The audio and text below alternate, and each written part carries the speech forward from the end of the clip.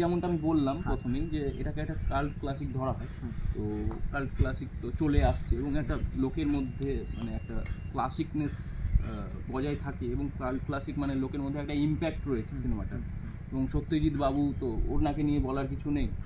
তো তুমি যখন এখন রিওয়াচ করলে সিনেমাটা এবং প্রথম যখন দেখেছিলে মানে ধরো প্রথম দেখেছিলে তারপরে আরও 4-5 বার দেখেছো, তাহলে প্রথম দেখার সাথে এই যে রিওয়াচ করে প্রথম যখন দেখেছিলে শুধুই কি দেখেছিলে না এখন রিওয়াচ করছো যে অনেক কিছু মনে হচ্ছে যে না আগের বার ভুলে গিয়েছিলাম বা চোখ থেকে আড়াল করে গেছিলো, এত কিছু আছে সিনেমাটার মধ্যে। তো তোমার কি মনে হয় যে কি মানে পার্টিকুলারলি রিঅ্যাকশনটা কি, আমি এটাই জিজ্ঞেস করতে চাইছি যে প্রথম দেখেছিলে যেমন প্রথম দেখা আর বাকি দেখার মধ্যে এবং কি ডিফারেন্স রয়েছে?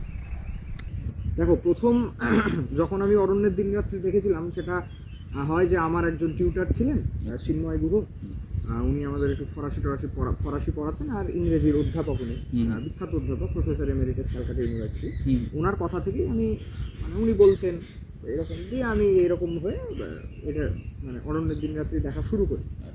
তো আমার প্রথমে মানে অদ্ভুতভাবে ফিল্মটা কী হয়, মানে আমি কিন্তু অনেক সময় যে মানে সিনে ঢুকতে অনেক দেরি করে দিচ্ছে এই ধরনের সিনেমা আমি মানে খুব কমই দেখি বলতে গেলে, বা দেখলেও ওই কেটে ভালো লাগছে না, একদম স্লোবার্ন সিনেমা আমি অনেক সময় নিয়ে দেখি। কিন্তু এক্ষেত্রে অরণ্যের দিন রাত্রিতে যেটা ঘটেছিল প্রথমবারে, আমি কিন্তু ফিল্মের মধ্যে ঢুকে গিয়েছিলাম, মানে একবার অ্যাট ওয়ান গো আমি শেষ করবো।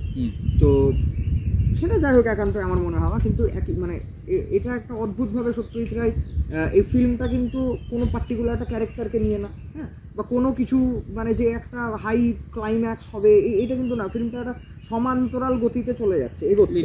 এটা যে বিশাল হাই পয়েন্ট লো পয়েন্ট আছে এরকম কিছু না, অবশ্যই আছে, থাকতেই হবে যে কোনো কিছুতে, কিন্তু এইরকম না যে পার্টিকুলার একটা পয়েন্টটা খুব বেশি আছে বা খুব কম আছে। হ্যাঁ, তো প্রথমবারে আমাকে যে সিনটা খুব ক্যাপটিভেট করেছিল, আমি যদি এক্স্যাক্টলি বলতে চাই মানে সেটা পিন পয়েন্ট করে, সেটা হলো শর্মিলা ঠাকুর এবং সৌমিত্র যে লাস্টের সিনের কথাবার্তাগুলো, সেই জায়গাটা মানে প্রচণ্ডভাবে আমাকে আকর্ষণ করেছিল, টেনেছিল সেই জায়গাটা।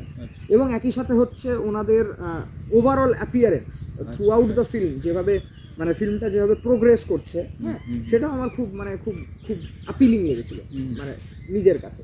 কিন্তু ওই পার্টিকুলার যে জায়গাটা লাস্টের ওই আগের জায়গাটা যেখানটা সৌমিত্রবাবু এবং শর্মিলা ঠাকুর কথা বলবেন, সেই জায়গাটা আমাকে প্রচণ্ডভাবে অ্যাট্রাক্ট করেছিল, কারণ তার মধ্যে সত্যজিতের ইনহেরেন্ট কিছু ফিলোসফি ছিল এবং এটা আমার তো মনে হয় one of the greatest conversations in the history of cinema.